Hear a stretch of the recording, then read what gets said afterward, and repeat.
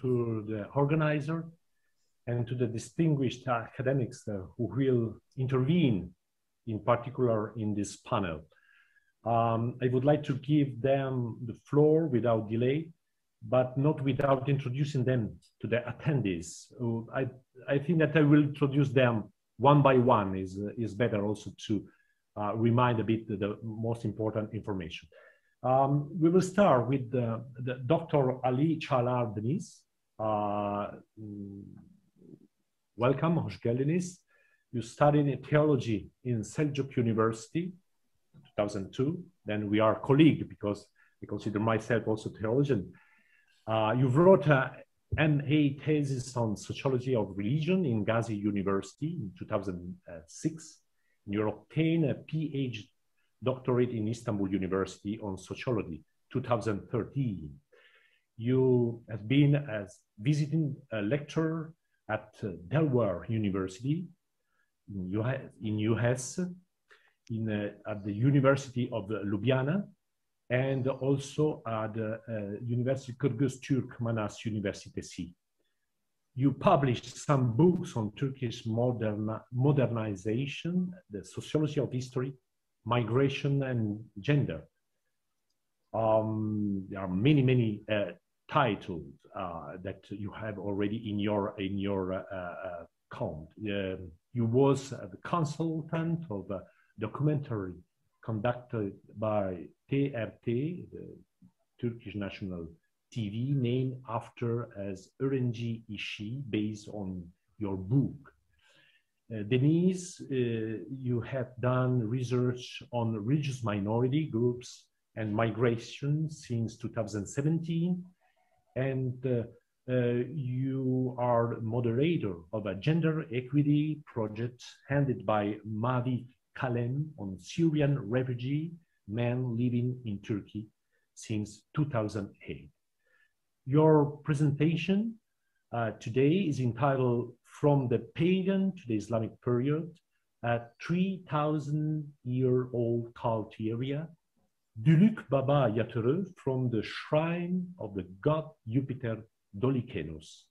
The floor is to you, please. Thank you. Teşekkür ederim bu kibar anlatımınız için. Thank you very much. Thank you very much for this kind introduction. I suppose you can hear me all right. Thank you. Yes, as you have also put it, I also have a theology background, so we are colleagues. And then I went into sociology and art history. Today, I will be telling you about Dülük Baba tomb. I am originally from Antep, so this is related to my childhood. Because of my origins, I took interest in Dülük Baba. The first memory that I remember is that there are so many tombs around Antep, and people's names on the tombstones are given after children like Ökkeş and Memik, and we see these names quite common among children. But for some strange reason, the name of Dülük Baba was not given to children. That had actually startled me. When I went into some research about this, I came across interesting things, and then it takes you by surprise when you make a research. Actually, I had sent my presentation with the title 3,000-year-old cult area. Actually, I have to make a correction. It's 4,000-year-old cult area. This is in Doliche, and it is regarded to be the cult area for God Jupiter Dolichenus. Let me share my screen. Meanwhile, let me share my screen, says the speaker. Here we see Jupiter Dolichenus, but there is actually a background behind that, which I will tell you in a few minutes. There are many things, actually. There are many monuments here. For instance, the largest Mithreums monument of the world is here. Additionally, there are various churches during the Byzantine time. This place had a religious connotation as well. Excavations are undertaken with the support of Wilhelm University, Germany, and there are various interesting examples all around. I will try to focus on that. And this is quite close to Dülük Baba as well. Just like it is the case in other parts of Mesopotamia, it dates back to 300,000 years before Christ, and it's a location. Well, of course, we're not talking about prehistory today, but instead we will focus on written, recorded history. So all those tools and axes found in this location will not be subject to my presentation today. Quite interestingly, the holy spiritual identity dates back to the Hittite period, and also it has an impact of Iran and the Ottoman Empire. But then again, the state and government investment made here are underway as well. This very place is regarded as a recreational area according to the recent plan for picnics, etc., for the public, and the place or the authority that undertakes this recreational arrangement is the sub-governor's office. And in the introductory text prepared by the sub-governor's office, the ruins or the monuments may also be visited, says the sub-governor's office. I mean, in the introduction of this place as a recreational area, there's only one small reference. I mean, it's not necessarily a reference. And in the ads and promotional text, there's a small sentence saying that you may also see the tombstones. But then again, they refer to the fact that they can make a barbecue if they like, or there are restaurants where you can eat some kebab. This has been emphasized numerous times in the ads, but not necessarily the historical background. We see that during the time of Hittites, the gods of air and thunder. By the way, this has been photographed last month, and unfortunately, after the excavations, it seems that not much control and supervision is in place. I don't know whether you can see it clearly, but there are some damages. For instance, Ebu Hassan is the inscription here, most probably written by the Syrian refugees. This shows how unprotected and unpreserved these areas are, unfortunately, both against human beings and also the forces of nature. So this is how it looks. These are the visuals from the sub-governor's office regarding this area being a recreational area. As I've said, it is referring to the historical times during the Hittite for the gods of thunder and air. Not much changed, but only the name changed actually. The name was converted to God Jupiter Dolichenus, and it is a god to whom soldiers worship. And here we see a Mithreum discovery as well, Mithra cult. Here you see some depictions of Dolichenus. This is a relief. Again, Jupiter Dolichenus. It's a cult actually. It goes all the way to the Roman Empire, and it then is converted into this cult. In the 2nd and 3rd centuries BCE, God Jupiter Dolichenus was worshipped in a wide area in the Mediterranean, and then there has been a stagnation period, and then in the 5th century, Christians become more widespread here, and here becomes a holy place for the patriarchy. And here you see a bull, Mithreum bull, and you see a cross on the back. So the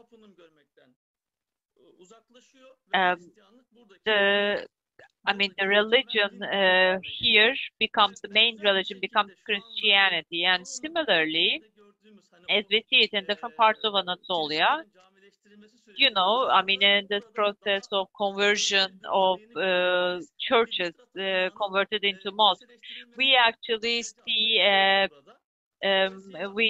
similar example here. It has been converted into a church, and rather than religion, this is actually an element of power, I suppose, because this used to be a temple converted into a church. Other than this, here we see many references made to the Christianity, period of Christianity. We see some graveyards, cemetery, there are some reliefs here, and these, unfortunately,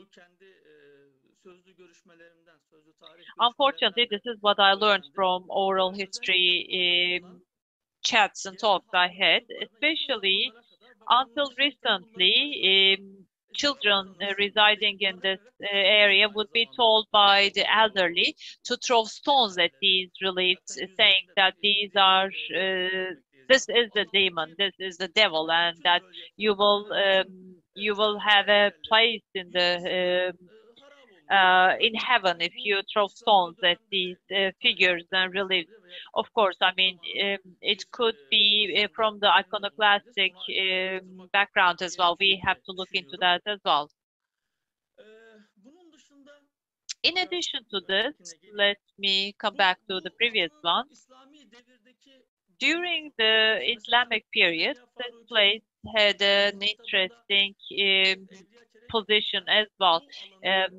Referring to Evliya Çelebi, this place was mentioned as a location for a tekke, Bektaşi tekke, and this tekke, there are some stories. There is a story told by Evliya Çelebi after Mercidabık War, as the Sultan made it to the city.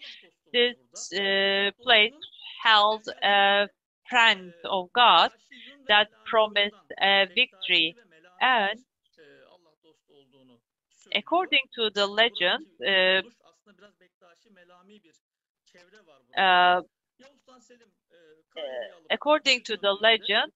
Jerusalem would be conquered by Yavuz Sultan Selim. So Yavuz Sultan Selim, after his conquering of Jerusalem, asked for the dervish, and he told that he passed away. So in order to pay his respect, he decided to put a tomb in his name. Here you see a picture of the tombstone. So it existed until recently, but then again, as of today, there's only a grave, no shrine or anything. This is also quite interesting. The tekke is also interesting in the sense that in the 16th and 17th century, 1500 and 1600, there has been some attempts to send Bektaşis away from this area, but then again, the Ottoman Empire neglected that and always decided in favor of Bektaşi.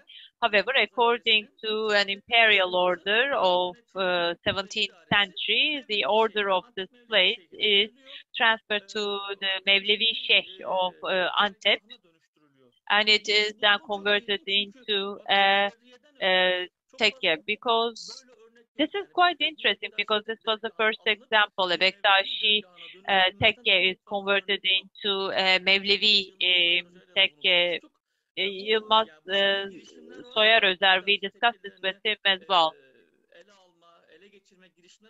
there are some attempts, but then again, the Ottoman Empire used to always decide for the community that existed. So in this sense, Dülük Baba would be an interesting example.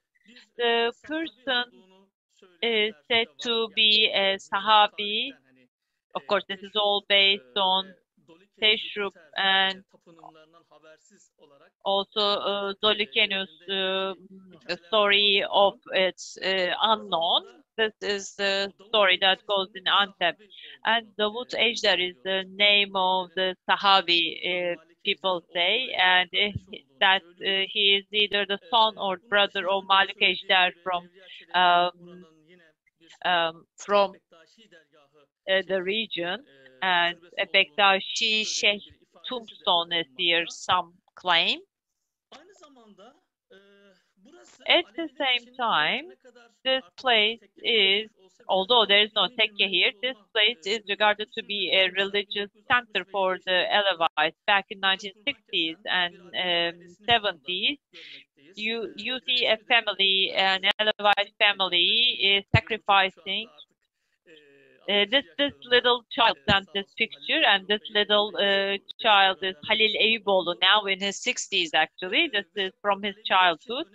And for the Alevites, this place is significant. And one reason is Musa Kazım.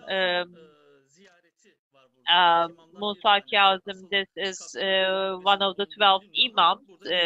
He is originally in another place, but he has in history visited this place. This is also quite interesting. It is in a cave-like structure, and next to his tombstone there is a water fountain. Most probably during the time of the patriarchy, this was regarded as a fountain. So this was converted into a pilgrimage area for Antep and Malatya, and also for also the surrounding cities, but not for all Alevites. For instance, when I ask people from Marash and Antep, especially the Alevites, Turkmen Alevites, they say that they know this place, that they come here to sacrifice animals. However, the local community is Sunnites, and they say that they would not sacrifice. So tradition seems to have been converted from one sect to another. So if we go back to that introduction made by the sub-governor's office, the only reference made to the spiritual dimension is the tombstones. The tombstones, that seems to be a preference, because rather than the Islam that people live in this country, the government focuses on a Wahhabi understanding, and they try to settle this down. So they try to somehow, like the Wahhabis do in Mecca and also Medina, they seem to follow suit and convert this area into a recreational area for picnic and barbecue. So this is the understanding of the Wahhabi understanding and the capitalist attitudes, I would say. Many places of worship and shrines carry warning signage these days, prohibiting putting of little fabrics and making wishes, etc. This is in a way a contradiction of the understanding. Thank you very much. Hopefully I have not gone beyond my time. Thank you.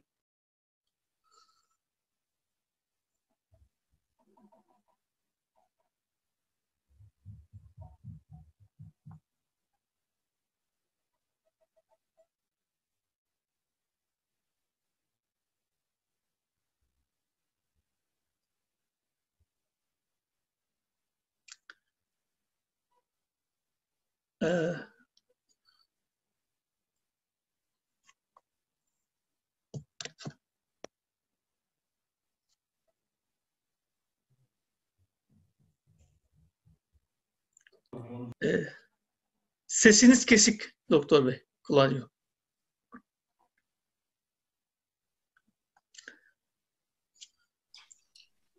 Pardon. Süper sesini söyleyecektim now there's my telephone, my microphone. İlgi çekici katkınız için teşekkür ederiz Profesör Deniz.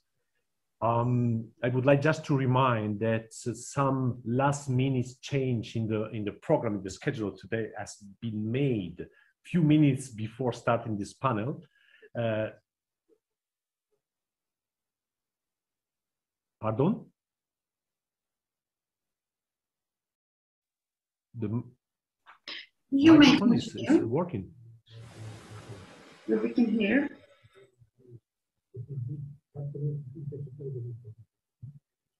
Okay.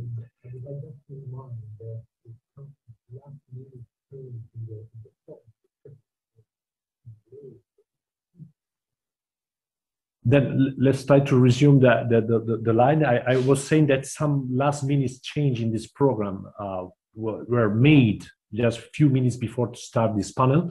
Don't worry, and you will hear also some other panelists that are in the program a bit later. Let's go on. Let's move to the second panelist of today. Is a friend of mine and compatriot, Professor Paolo Giraldelli. I'm pleased to introduce you. You are an art and architectural historian, and one of your main research topic is the architecture of the non-Muslim communities in the Ottoman Empire. You are based in Istanbul since 1999, where you teach in the Department of History of Boğaziçi University. You are a member of Italian chapter of ICOMOS, International Council on Monuments and Sites. Your main publication focus on European and non-Muslim architectural, urban, visual culture in the plural urban environment on the late Ottoman world, Istanbul, Izmir, Salonika, Alexandria, and even beyond. You were co-editor with Ezio Godoli of the volume Italian Architect and Builders in the Ottoman Empire and Modern Turkey, and guest editor of a thematic issue on the journal Architecture Beyond Europe on the Space of Diplomacy, both published in 2017. Your current book project is a spatial and architectural history of the so-called Eastern question, observed from the point of view of the changing urban and architectural image of the Pera, the cosmopolitan district of diplomacy and foreign settlement in Istanbul. Today, you will speak to us about Latin, Armenian, Ottoman transformation and ambivalence in the Catholic architecture of Pera and Galata during the 18th century. Professor Giraldelli, I give you the floor, please. Yes, thank you very much. I'm very happy to have been invited to this highly interesting and productive meeting. I would like to thank Claudio Monge for the introduction and also the organizers of this conference. I will share my screen with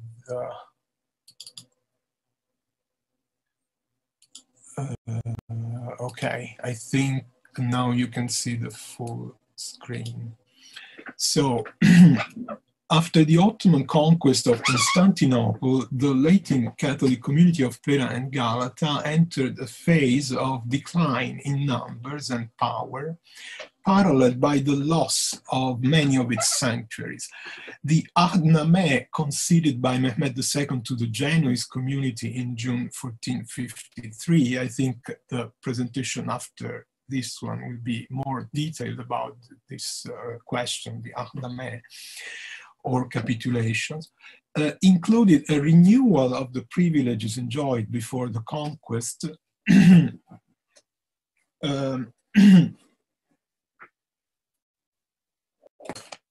in the under Byzantine rule, but this did not impede, on one side, the flight of most Latin families from Galata, and on the other, the practice of converting Latin sanctuaries into mosques.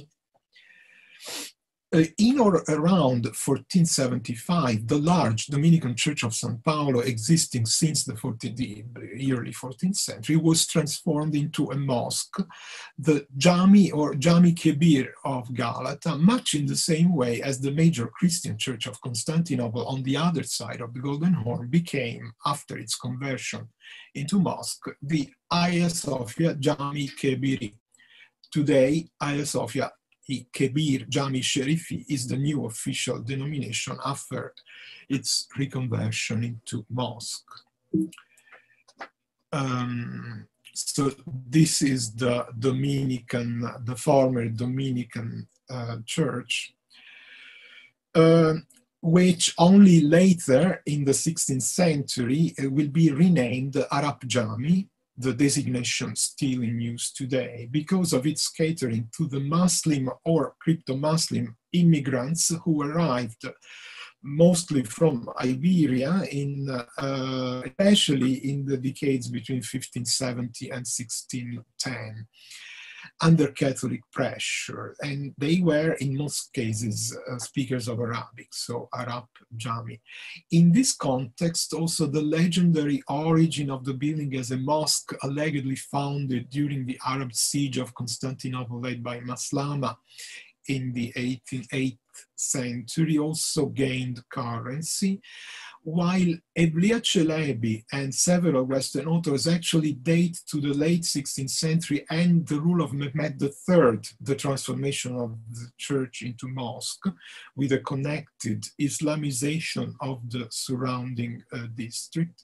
It is clear from other visual and textual sources that the Arab Jami is the former Jami Kebir, replacing San Paolo in 1475, and only changing status, name, and social function under Mehmed III in the late 16th century. So these are images of this is a virtual reconstruction of how the Dominican church may have looked before its conversion into mosque.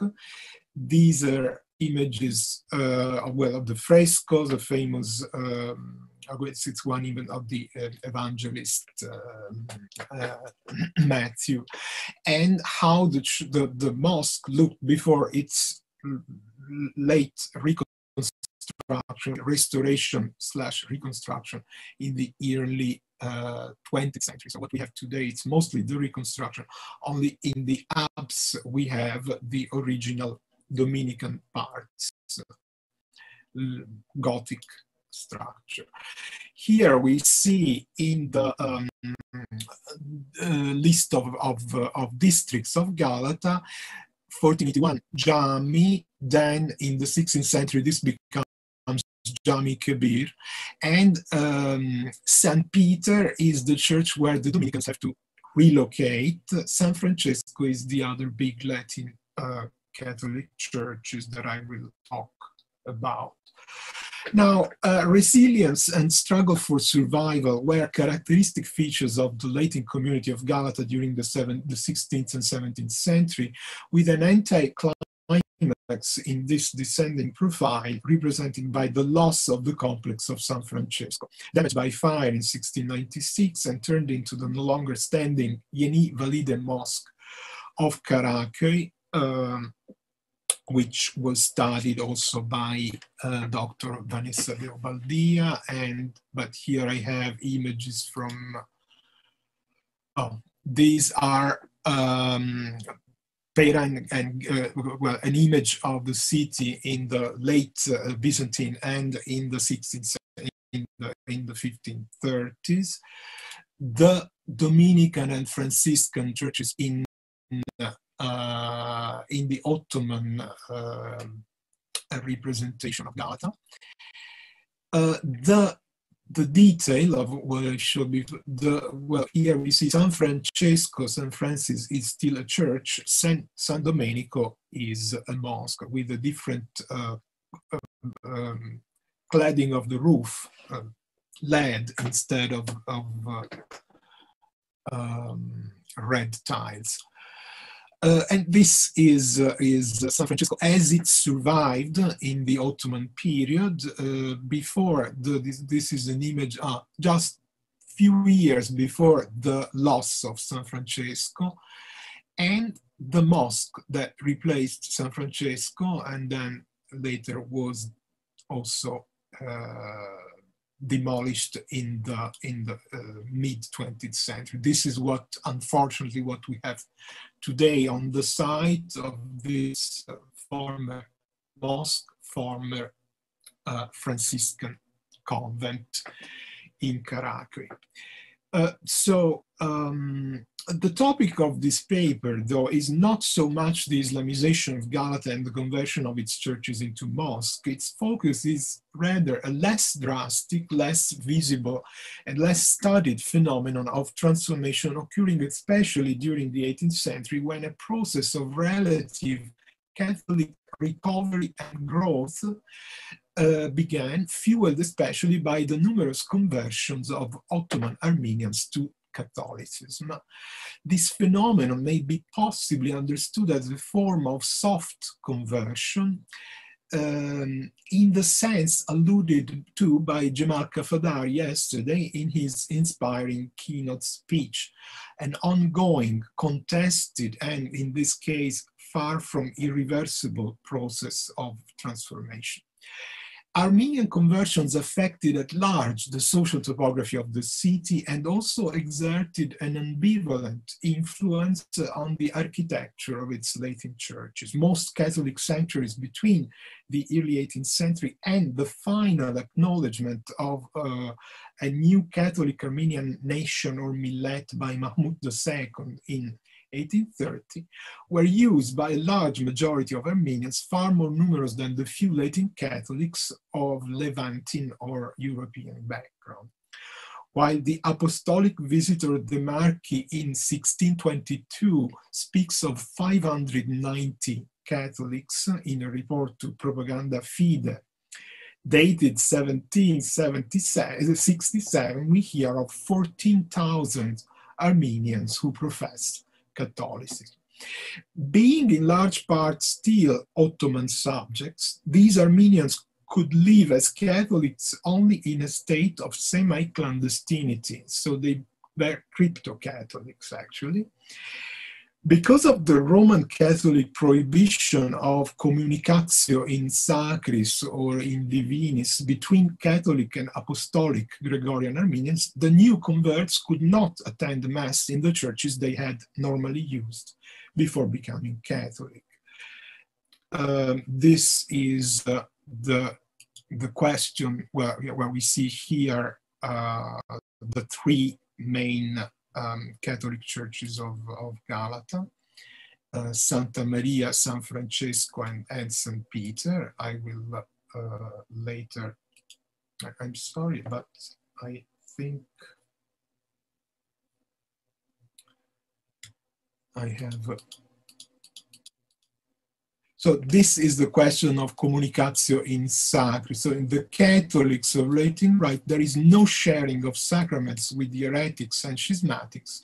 In times of persecution of the Armenian Catholics, some can be found who sin in this regard. This is the situation in 1783.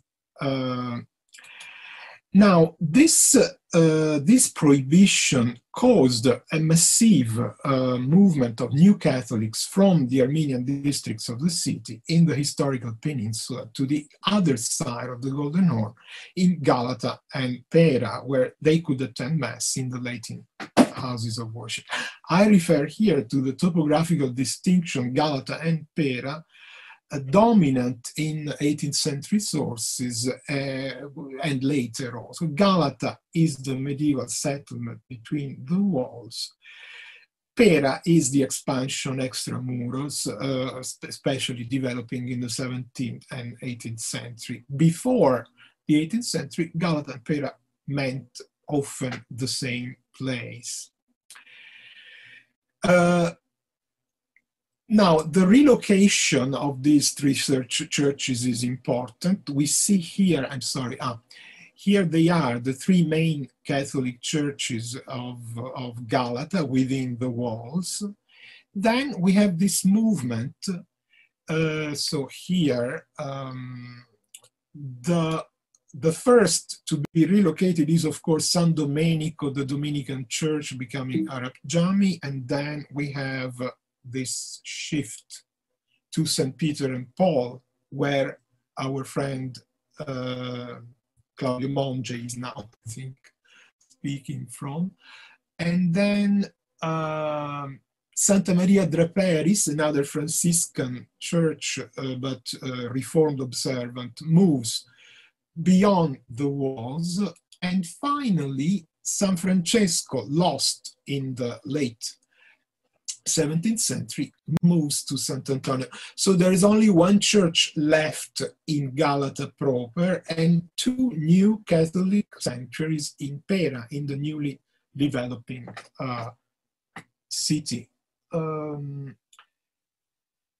So while the Dominicans remained in Galata, moving only a few hundred meters ahead to the site of the present church, St. Peter and Paul, the Franciscan observant of Santa Maria and the Franciscan conventuals of San Francesco will finally acquire two sites not far from each other here on the Grand Rue.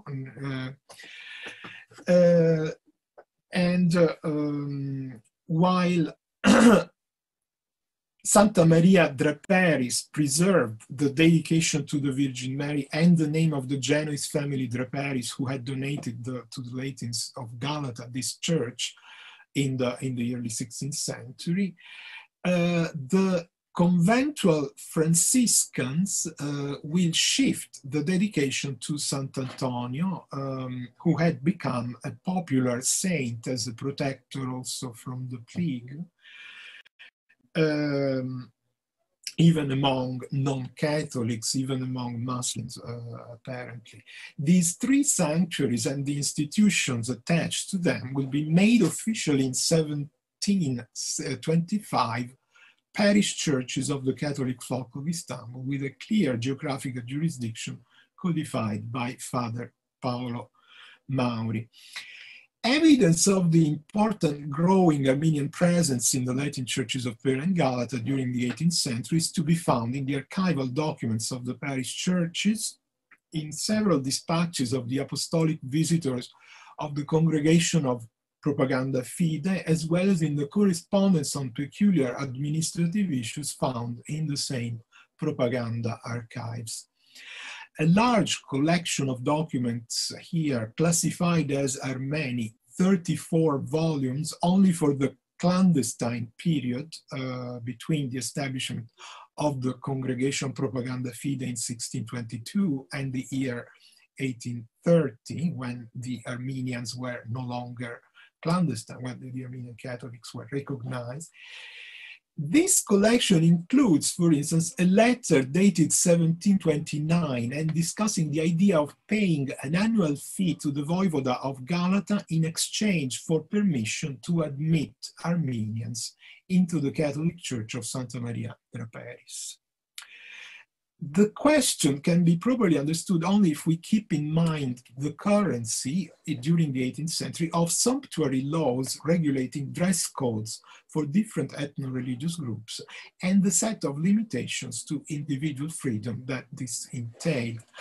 Armenians who opted for the Catholic confession would be exposed to challenges and accusations from their former co-religionists, amounting to no less than disloyalty to the Ottoman state. So being accused of being Catholic in secret meant that one could be made a slave, could be sent to the Tersaner, or could be judged, could be prosecuted by an Ottoman court. They would most probably have to move, as mentioned in the, as I mentioned, from districts like Kumkapı or Balat in the historic peninsula to the area of Pera and Galata in order to access the local Latin churches. But here they would be still juridically, most of them, Ottoman Armenian subjects who had to wear in public the garments and colors ascribed to their community, being therefore easily recognizable in the ethnoscape of Pera. For this reason, any kind of precaution, including bribery or negotiation with the voivoda of Galata, had to be tried or had to be considered. Here we see the situation. This is, well, those who know my work have seen many times. I will be bored by this, but it's so important, I think, this image of the Grand Rue with the Armenians. We see these Armenians dressing in their national costume, and they are probably all Catholic in secret. The Catholic Church of Saint Antoine is here, is in the middle of this picture. So this is the situation. A watercolor preserved in the Victorian Albert Museum gives a clear visual account of the situation. Now, here I want to elaborate a little more this question of being crypto-Armenian and how this affects the landscape and the architecture. Now, in 4 points, shortly, and it's my conclusion. The first quantitative, very direct consequence of the massive conversion of Armenians to Catholicism is growth. There is quantitative, and power also. It's rather clear that having thousands of families, some of them wealthy and influential, joining the Catholic flock, encouraged investment in churches in the 18th century and fostered a relative empowerment following the decline situated in the 16th and 17th century. The 3 parish churches of St. Peter and Paul in Galata, St. Antoine, which we see here, and Santa Maria Draperis, were rebuilt in 1731, 1762 and 1767 respectively. In all 3 cases, the new layout will be larger and more solid, more dignified, more monumental than it used to be before. In terms of in terms of style and design, the influence exerted by the Armenian agency should be held responsible for the relative Ottomanization of of the Catholic space. Armenians of Istanbul were thoroughly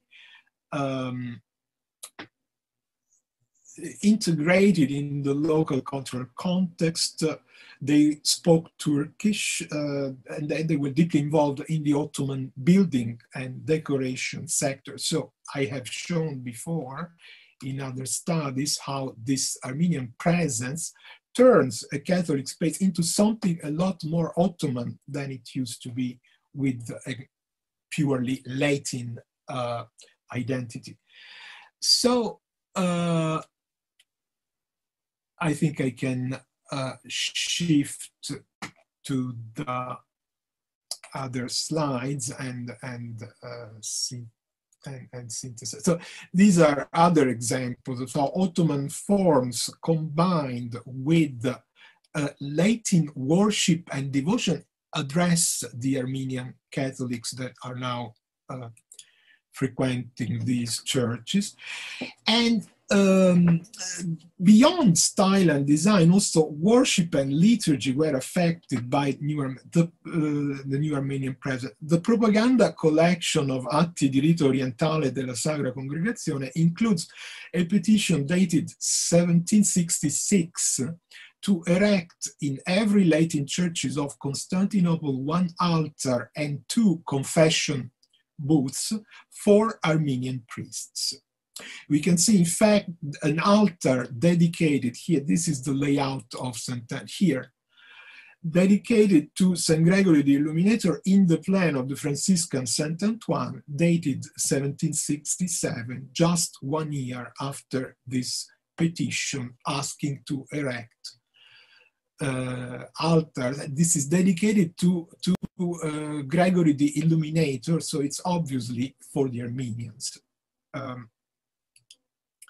In conclusion, the paradoxical situation created at Pera and Galata by massive conversion to Catholicism is an ethnoscape where outwardly Ottoman Armenians dress and behave like loyal subjects of the Sultan, but keep in secret a crypto-Catholic identity.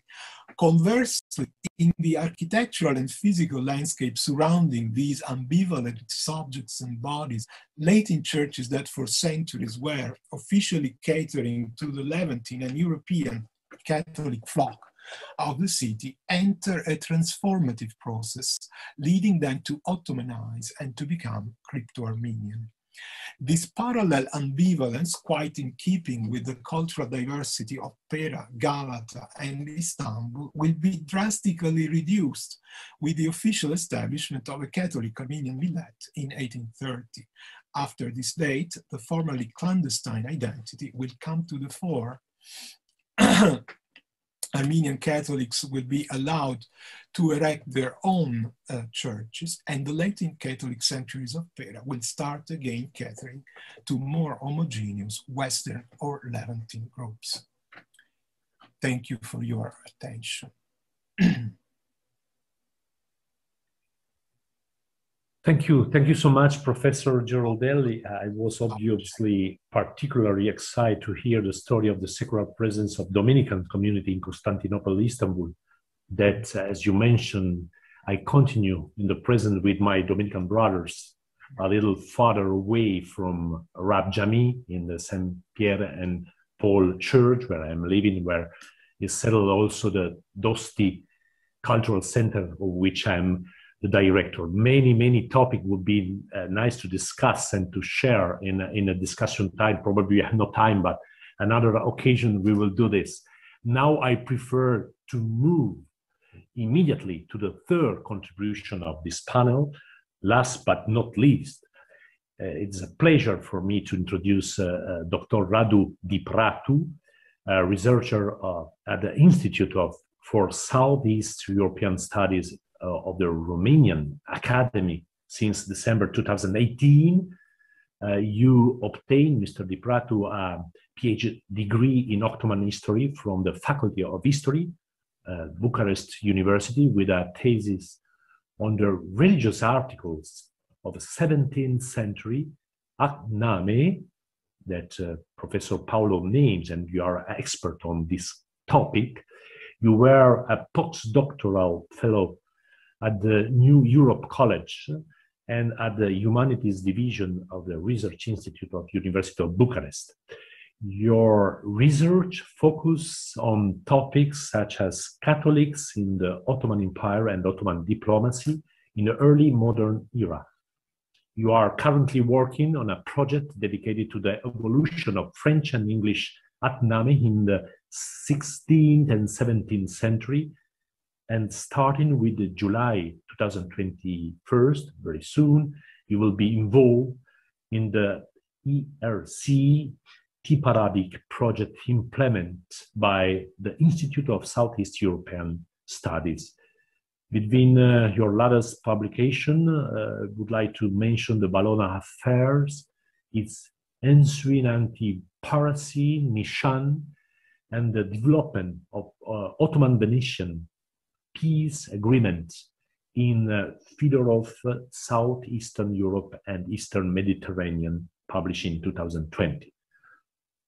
Your speech today is entitled, "I shall not take the churches and turn them into mosques," crucial topic that Professor Paolo mentioned also, the legal status of Catholic churches in Ottoman Galata as prescribed by Ahdnames. Dr. Dipratu, I give you the floor, please. Thank you for the introduction, and thank you to Adib for inviting me and organizing this wonderful conference. I will now share my screen. So, Ahdnames, better known as capitulations, were documents drafted usually as a list of articles through which Ottoman sultans established peaceful relations with non-Muslim communities or states. While their commercial aspects have made a topic of numerous studies over the last decades, The religious provisions have been often ignored. This presentation will examine how Ottoman Ahdnames regulated the status of Catholic churches in Galata, beginning with the one granted to the inhabitants of Galata in 1453, and finishing with the capitulations granted to European Catholic powers in the 17th and 18th centuries. The status of churches in Galata was laid down in the Ahdname granted by Mehmed II just a few days after the conquest of Constantinople. The original document was drafted in Greek, with just a few diplomatic elements written in Ottoman Turkish. Only later renewals would be fully issued in Ottoman Turkish. 10 years later, the same Mehmed II issued a confirmation of this Ahdname through a hükümname that did not reiterate the status of churches. This document of 1463 would be later reconfirmed by Selim I and Suleiman in a similar fashion, without mentioning the religious privileges. The oldest full Ottoman Turkish version of the 1453 Ahdname dates from the late 16th century or early 17th century. A copy was inscribed in the diplomatic manual compiled by the French ambassador François Savary de Brève, which is now preserved at the Bibliothèque Nationale in Paris. Its head annotation mentions that it was originally written in Greek, Rumja. An original reissue of the Galata Ahdname, produced by Ahmed I in 1613, is currently kept in the State Archives of Genoa. A similar reissue was produced some 20 years later by Murad IV, but no original document is known, only a registered copy. Besides these versions, which have been studied in extenso by previous scholars, I would like to present another copy which I found among the scattered collection of Documenti Turchi Diverse of the Venetian State Archives. This version was probably produced around the same time as the Bibliothèque Nationale copy, so in the late 16th or early 17th centuries, and it is very similar to it. However, it bears the notable addition of the Nishan formula, which would appear on Ahmed I's and Murad IV's reissues. The Ahdname of 1453 was essentially a Dhimma pact. The non-Muslims of Galata surrendered peacefully to the Sultan, who vouched to respect their customs and safeguard their possessions in exchange for the annual payment of a tribute. Among the privileges inscribed here, one may encounter several religious issues regarding churches. First, their ownership was addressed. Churches will remain in the hands of the people of Galata, and the Sultan promised that he would not convert them into mosques. However, new churches could not be built. Second, religious worship was regulated. Galatans were allowed to perform chants in their churches, but they were not allowed to ring bells or say mantras. One may observe that there was no mention of Catholicism. The beneficiaries, the one who presented the keys of the city to Mehmed, were designated as the people and noblemen of Galata. However, the confirmations of Selim and Suleiman began to mention them as the local Franks who reside in the well-protected Galata, or later in Ahmed I and Murad IV's reissues, as the Frankish community resident in Galata. Capitulations issued to foreign nations in the second half of the 17th century would likewise mention the churches as being Frankish or Catholic. From an Islamic legal point of view, the provisions regarding churches were no innovations. The various versions of the so-called Pact of Umar, as well as the various covenants of the Prophet Muhammad, prescribed similar provisions for Christians who surrendered peacefully to an Islamic ruler. They could keep their churches, but would refrain from ringing the nakus and from constructing new churches in and around settlements where Muslims lived. However, the crucial issues of church repairs or reconstructions, which were sometimes treated contradictory in classical Islamic legal texts, were not addressed in the Ahdname of Galata. As it turns out, these exact issues would play a central role later in history. While Mehmed did not entirely stand up to his promise, as the Church of St. Paul was turned into a mosque during his reign, as Professor Girardelli just presented, surrendering peacefully and securing Ahdname would prove beneficial to the Catholic community of Galata on the long run. Churches in Galata, or elsewhere for that matter, would reappear in Ahdnames only in the 17th century, with the notable exception of the one granted to the Bosnian Franciscans in 1463. The first capitulatory religious provisions concerning Catholics in the Ottoman Empire granted to foreign nations were produced in 1604.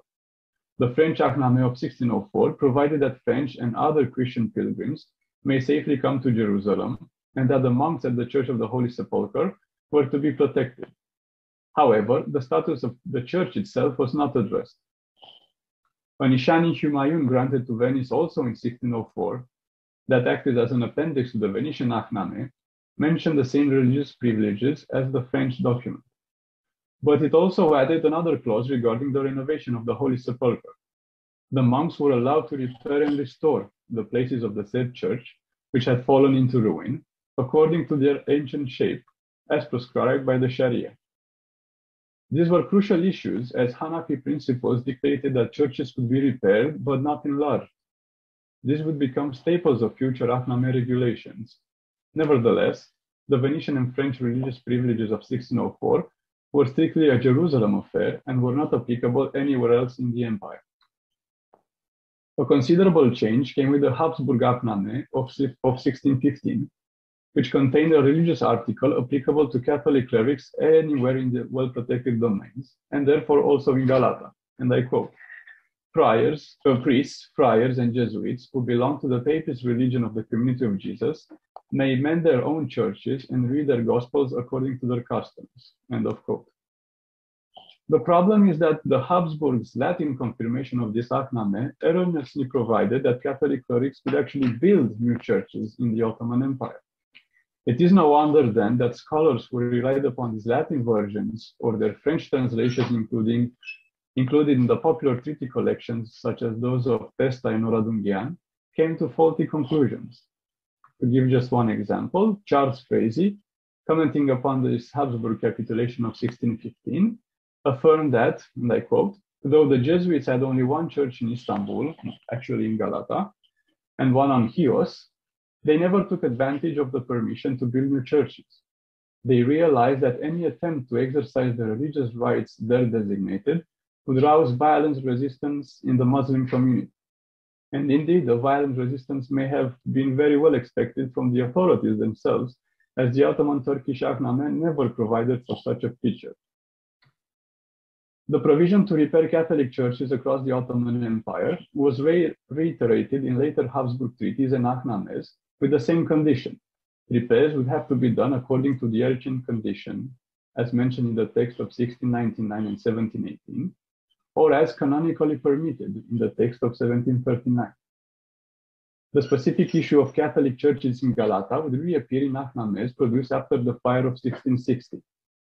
While church repairs were generally permitted, extensive renovations of completely burned down edifices could be interpreted as rebuildings and were therefore controversial. The lands where burned down churches stood in Galata were confiscated by the Ottoman treasury. Regaining them and rebuilding religious edifices proved to be a laborious task, as demonstrated in some excellent recent studies. Before turning to the more famous French Ahdname of 1673, I would like to address the often forgotten case of the Ahdname granted by Mehmed IV to Genoa several years earlier.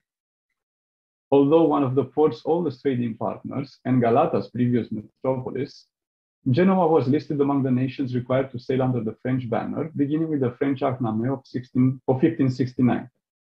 Only in 1666 did Genoa obtain an Ahdname of its own once again. Among the various commercial articles, this Ahdname also contained a dedicated religious article which prescribed, apart from a general freedom of worship, that one of the Frankish churches currently in Galata shall be reserved for their worship. This provision probably targeted one of the Catholic churches administered by Venice, as the Ahdname itself is believed to have been given to Genoa to fill in the void left in Italian trade by decades of fighting between the port in Venice over Candia. However, I did not find any evidence that Genoa actually succeeded in obtaining a church in Galata. Independent Genoese presence in the Ottoman Empire was highly contested, especially by the French, who wanted them back under their patronage. This state of affairs, combined with poor turnouts from trade, meant that the last Genoese diplomatic representative would be gone by the mid-1670s. The French Ahdname of 1673 is often cited regarding the status of Catholic churches in Galata. Among its various religious articles, this capitulation decreed that the French Jesuits and Capuchins of Galata may keep and renovate their churches. An emphasis can be detected for the Capuchins, since their church of St. George was destroyed in the fire, and they first needed to secure its possession and then commence renovation. Even if France secured its right over the two churches through the Ahdnames, a separate firman was nevertheless needed, so that the renovation of St. George could be authorized. What I would like to stress here, is the limited applicability of the French 1673 privileges regarding churches. This Ahdname is frequently invoked to have placed all Catholics and all Catholic churches in the Ottoman Empire under French protection.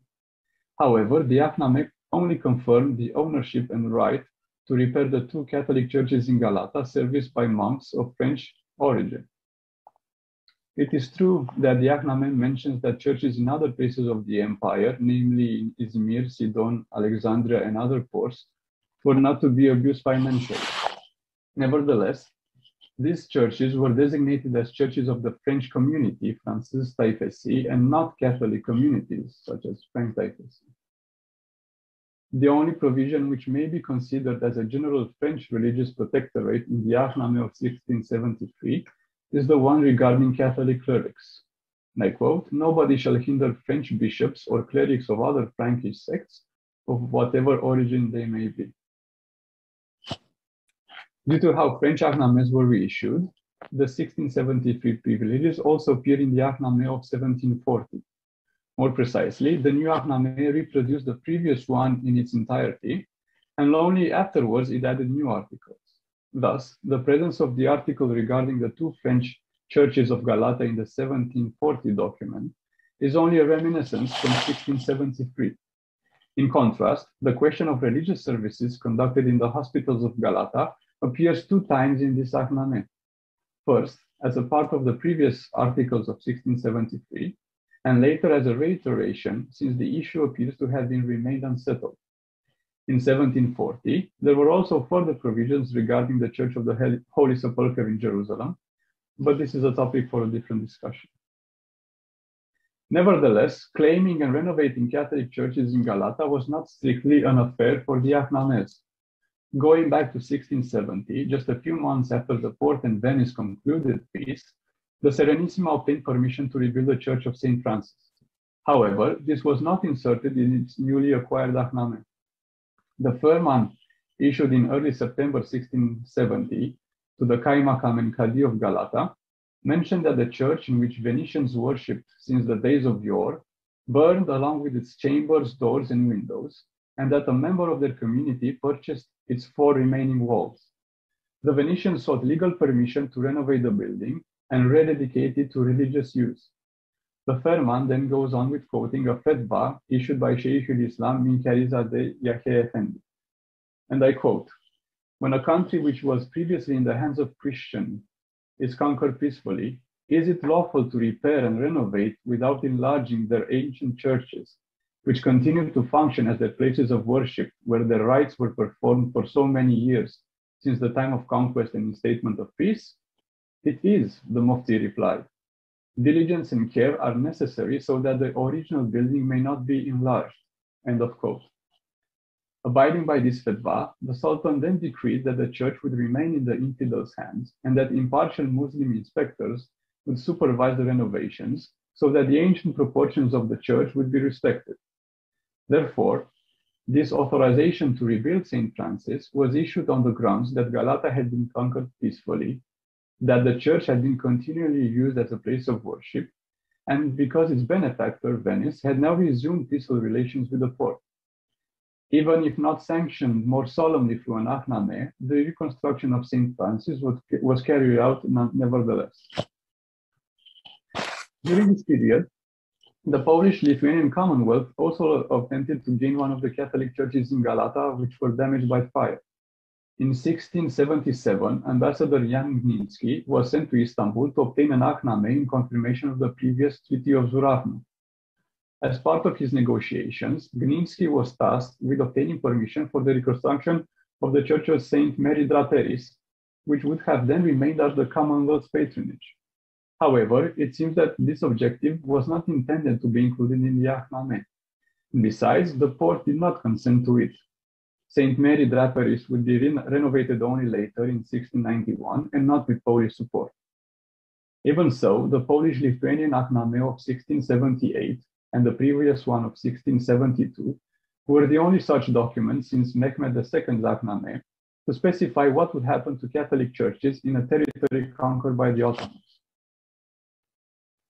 In September 1672, after a brief siege of 10 days, the Polish-Lithuanian stronghold of Kamieniec-Podolski surrendered to Ottoman forces, and Sultan Mehmed IV attended a Friday prayer in the former cathedral of Saints Peter and Paul, now converted into a mosque.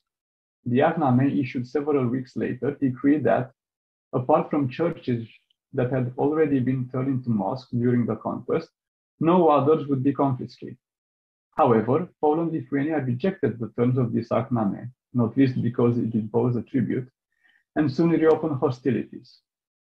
Nonetheless, after several more years of fighting, it was clear that the Ottomans could not be driven out of Podolia, and so another Ahdname was issued in 1678.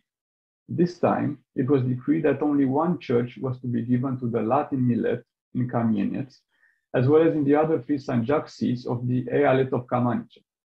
If ruined, these churches could be repaired according to their old proportions. Not considering the chronological and spatial discrepancies, church regulations inserted in these two Polish Ahdnames may be compared with those of 1453. Galata had subdued peacefully, whereas Kamieniec surrendered only after a siege. Moreover, the Polish-Lithuanian Commonwealth denounced the first peace and resumed hostilities. For all intents and purposes, the Ottomans conquered Podolia by force and were therefore entitled to do as they pleased with the churches. Even so, the two Ahdnames granted to Poland-Lithuania regulated the continual presence, albeit reduced, of Catholic churches in the newly established Eyalet. On the other hand, they implicitly sanctioned the conversion of churches into mosques, an action which, to my knowledge at least, was never covered by any other Ahdnames. The impact of these regulations can still be seen today, as several churches that had been transformed into mosques retain Islamic architectural elements such as minarets and minbars. To conclude, while the status of Catholic churches in Galata was laid down in the Ahdname of 1453, which was reconfirmed and reissued several times over the next couple of centuries, this did not guarantee their complete preservation. Despite being covered, at least theoretically, even by the Habsburg Universal Privileges of 1615, the fire that ravaged Galata in 1660 opened the door for renegotiations. Genoa, profiting from Venice's long war with the Ottomans, tried to gain one of the churches for its Ahdname of 1666. France had to secure the possession and renovation of its two churches through the Ahdname of 1673. On the other hand, Venice had already managed to do so with St. Francis 3 years earlier, though not through an Ahdname, but through a fetva and ferma. Poland-Lithuania also tried to obtain a church in Galata during the same decade, but failed. Its Ahdnames of 1672 and 1678 contained, nevertheless, the only regulations concerning Catholic churches in the newly conquered Ottoman province since the 15th century. In dealing with Catholic churches in Galata, as in any other parts of the well-protected domains, the port was open to requests from any of its foreign Catholic partners and did not designate a sole protector through Ahdnames. While framing basic legislation for Catholic churches, such as possession, religious service, and repairs, firmas were still required to put Ahdname stipulations into practice, as well as for regulating other day-to-day affairs. And I thank you for your attention. Thank you to you, Professor Radu, for this very rich contribution. Time is going on. Of course, there are so many very interesting topics to discuss. I would like just to underline few elements that seems to me very, very important. Although sometimes the disappointment is understandable, and also the feeling of a lack of respect is justified for the fact that not a few Christian places of worship, often part of a larger compounds, have been confiscated by Ottoman Empire and more recently by Turkish state, or confiscated once they have fallen in disuse by public or private institutions, or even transformed into a museum, especially since the fall of Ottoman Empire, it seems to me inappropriate to speak about a strategy aimed at modifying the community and their memory.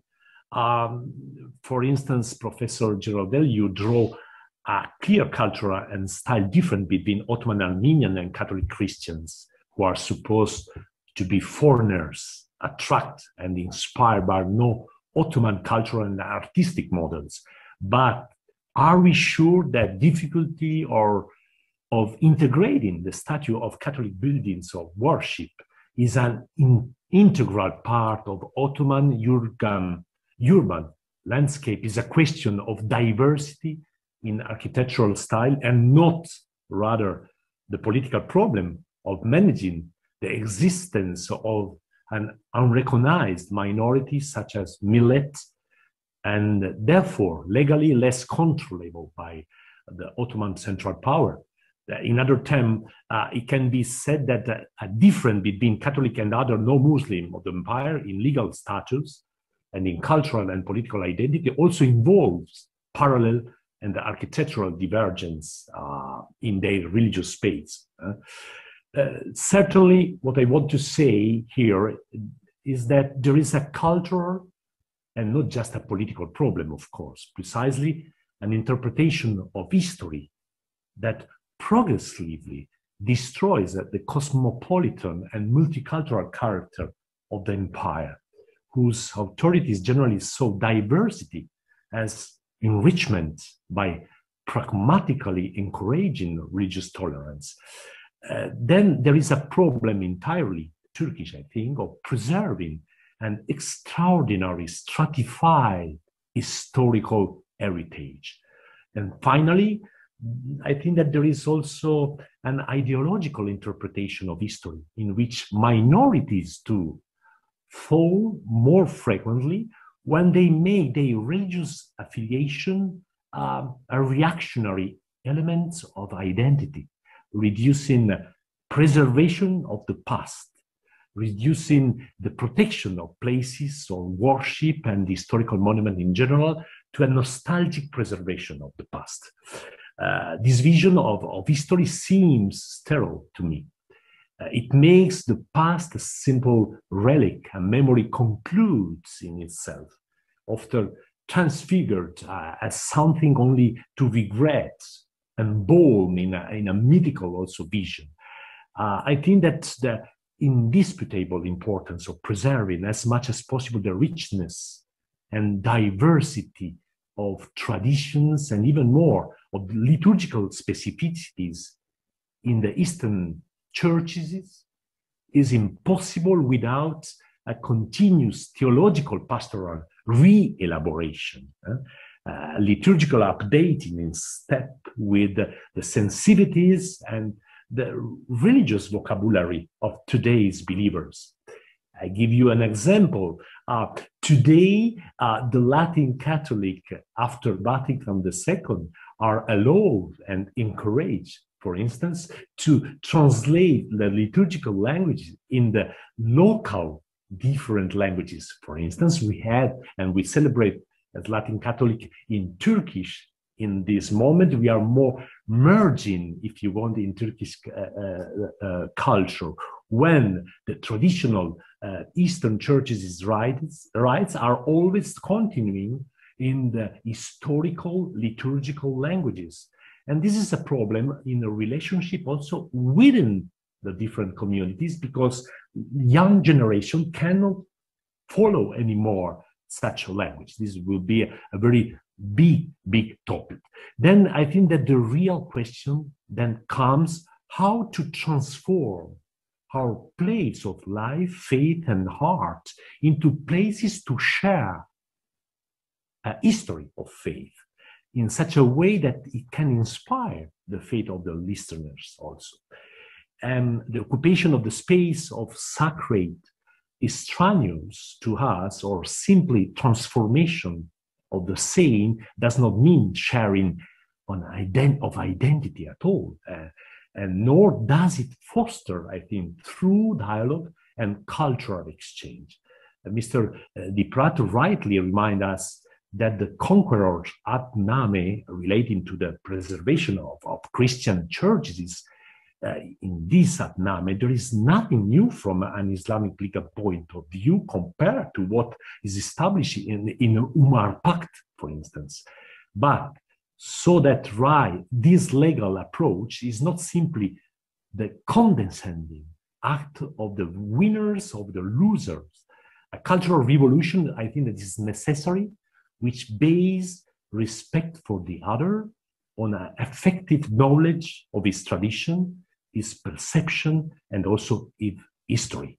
And this is very important. And looking at the current evolution also in the education system in this country, I find it difficult to be optimistic about the possibility of this cultural revolution. I think that without solid cultural foundation, it's also difficult to hope while a building underwent a functional transformation to keep on continuity in terms of architecture and mission.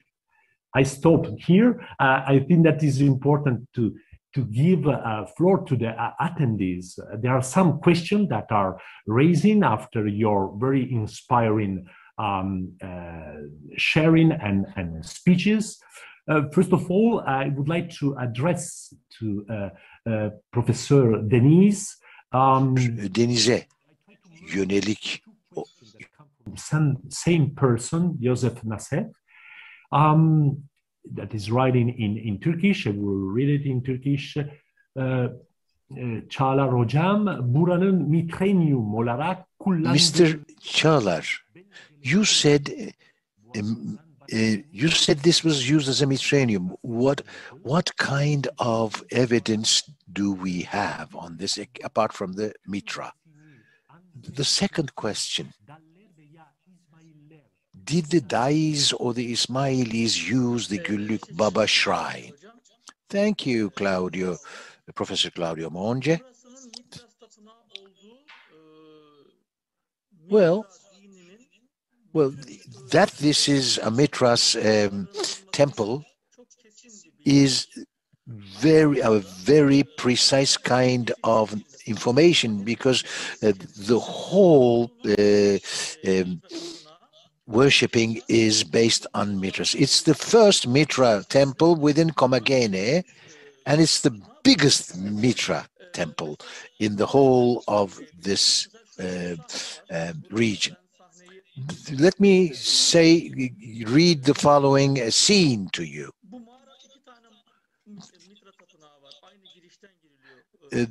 You can enter two different Mithra temples from the same entrance.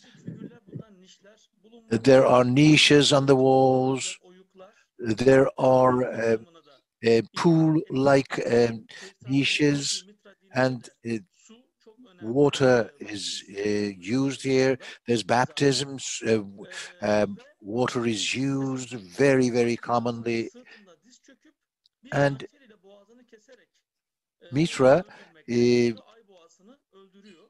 kills the moon bull, and the blood that flows from the throat of the bull means new life. And this blood is used for baptism. All these cult elements are there. At the same time, there are astronomic references. The scorpion, the snake, and the dog are represented by reliefs, and the sun god and moon goddess you can see here. So all the different elements of Mithra are present here. It's very clear. And between the Mithra religion and Christianity, there are very interesting similarities, theologically speaking. As I said a moment ago, baptism is one of these, but perhaps even more importantly, Mithra sacrifices himself for the congregation. This is like Jesus. And there's the Holy Supper. So there was something that we were taught in primary school. Why did the Turks go over to Islam? Because it was so similar to its previous religion. Why should someone move over to a religion which is similar already to their earlier religion?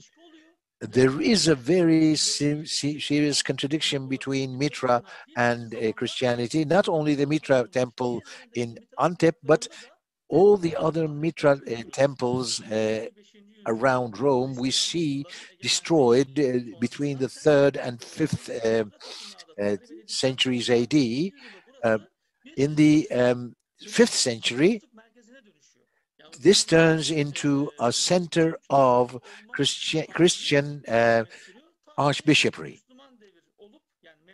until, together with the Mamelukes, this turns into an Islamic dominion, and Bektashis form a dargah in that same site. This is for Joseph, Professor Joseph.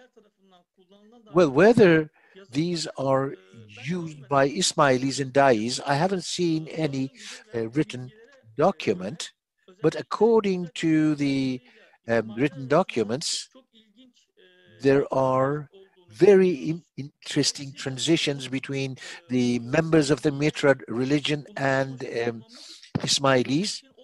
So the fact that we have not accessed yet this kind of information does not mean that we should not look into this much more deeply. And the fact that perhaps the fact that the place has been converted into an Alavi center perhaps may point in the same direction. Many questions that are raising. If you can, in your answer, I will try to give you more questions. There is a question to Paolo Girardelli that is coming from you, Professor Deniz. I will try to summarize it in English. You said that the Arab mosque during the Catholic Church period consists of moriscos. If I didn't get it wrong, you are writing. Were the crypto-Christian performing a Christian ritual at the temple? Was it practical for them to continue Catholic worship in Orthodox Constantinople, where Catholic-looking clandestine Muslims are so remote from the Iberian Peninsula, and historical Catholicism is not considered highly desirable? I hope that the question is clear for Paolo Girardelli. Yeah, no, there is a misunderstanding probably. Yeah. Maybe I was not clear, but during the Catholic period, it was not used by Moriscos. It's later, when it becomes a mosque, then it's being used for the Muslims coming from Spain who were crypto-Muslim, not crypto-Christian. So they were in Spain practicing Christianity outwardly, but they in secret. They kept the Muslim faith. When the Inquisition discovers this through several trials, they are forced to leave Spain. So they come to Galata and they finally return openly to their Muslim faith. And they use the Dominican church, the former Dominican, the Arab Jami. So it's not the Catholic, I did not mean the Catholic period. It's after it becomes a mosque.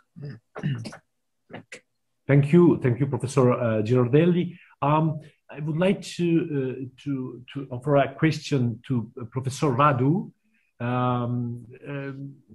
The treaties provide for the Venetian.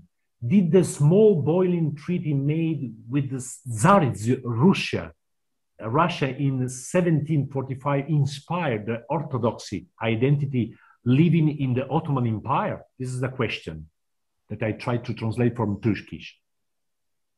I don't know about any treaty with Russia in 1745. The earliest Ahdnames that we know at least with Russia dates from 1680, 1681, something like this. And then, of course, after Karlovitz are issued several more. And they only address the pilgrimage to Jerusalem. So not the pilgrimage to Jerusalem of Russian subjects, not of any Orthodox Christians or of Orthodox Zimis. So this is what I can say. Yeah, thank you. Another question is coming from Nilay Özlü, is addressed to Professor Paolo Giraldelli. You mentioned a change in the status of Armenians during the time of Mahmud II. Can you elaborate more on the period? What were the legal or social changes that transformed the sacred spaces of no-Muslim communities? Yes, thank you for the question, Nilay, who is, by the way, a former student of ours at Boğaziçi. No, the point is important. In Mahmud II is the Sultan who gives to these crypto-Catholics of the empire, to these Armenians who could be Catholic only in secret. So, but in some periods this was not a big problem. In other periods, yes, it was. They had to really hide their Catholic faith. So, in 1830, a new millet of Armenian Catholics is officially recognized, and then they have their own patriarch or archbishop. So they become officially part of the Ottoman millet system. And this means that they can have their own churches. So an Armenian Catholic cathedral is built in Karakuri, his pilgrimage. Several other Armenian Catholic churches are built in Ortakri and then in Pera also. So they no longer mingle. There is no longer this ambivalent situation of Latin Catholic churches being also Armenian, but not so overtly, not officially Armenian, because what happens is a new split. The Armenian Catholics in their own churches, the Latin Catholics in the former, in the Catholic churches that existed before, and in new Catholic churches. So this is something that, as I said, reduces the cultural exchange and sharing of that was typical of the previous period. So to go on also on what Dr. Claudio Monge said, yes, it's a question of not only political but also in political terms you don't exist, but culturally and socially you do exist. So that is the ambivalence. That's why we don't find evidence of these Catholic Armenians in the Ottoman archives until they cannot be mentioned. There are no official. That's why, but in Propaganda Fide, which is the other side, it's full of I mean, they have their own hierarchy. They have an Armenian patriarch who is acknowledged only by Rome, not by any other institution here in the Ottoman Empire. But then in the 19th century, everything becomes more codified, more officialized, and so we have Armenian Catholic churches officially. Thank you so much. Dr. Di Pratu, you pointed out that Mehmet did not entirely stand up to his promise as the Church of St. Paul was turned into a mosque during his reign. I have a question for you, but eventually also for Professor Giraldelli, because he mentioned this. Could you tell us something more about St. Paul Church transformation into a mosque?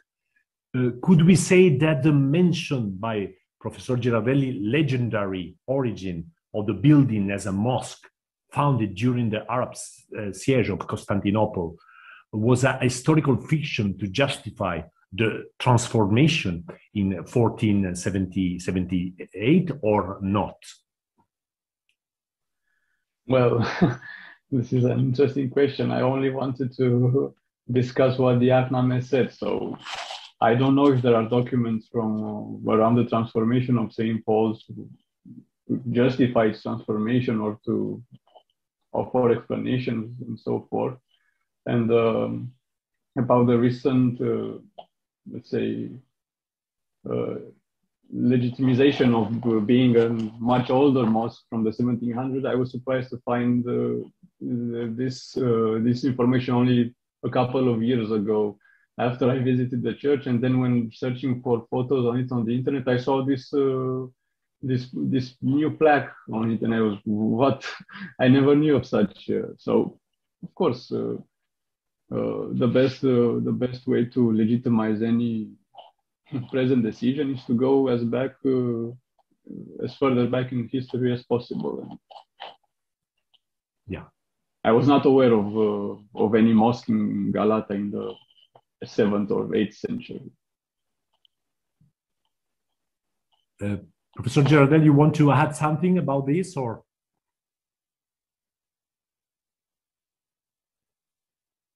To unmute, yeah. I don't know if there is evidence of this argument already in the 15th century. Maybe Professor Çağlar DENIZ has some, but I think the origin as a mosque was especially put forward later when Evliya Çelebi talks about this later in the late 16th and 17th century as a kind of invented tradition that made these Moriscos coming from Spain even more at home, even more belonging to the landscape. I don't know. Maybe there is some evidence of that. Yes, Dr. DENIZ. Yeah. Please, Professor DENIZ. Bu konuyla alakalı On this question, the most presented evidence was found in the Yeni Kapı excavations, certain Islamic coins. Well, if the Muslims came into the city, they must have had a mosque. And of course, the mosque should have been in this neighborhood. But then, of course, this is all that we have. Paolo would know better.